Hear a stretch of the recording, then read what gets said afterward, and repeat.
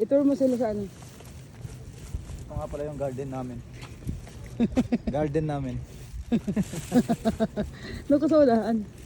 Ayun nga pala, kung nakikita nyo yung mga Bermuda, ano ko.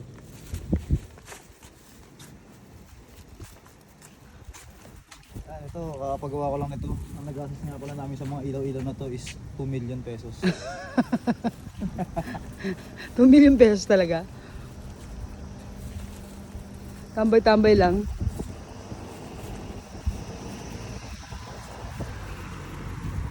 Maganda pala rito. Ngayon ako nakapunta rito. So, ito, content review lang po tayo, no? Ito po ang punong po ito ay puno ng bayabas.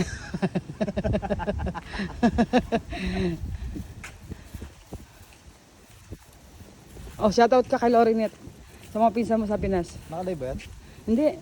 Ano to? Shoutout nga pala sa mga kaibigan, pinsan, tsaka sa lahat ng aking mga mahal sa buhay dyan sa Pilipinas. Shoutout ko rin yung girlfriend ko, si Angel. Ayun oh. Love you. Love you.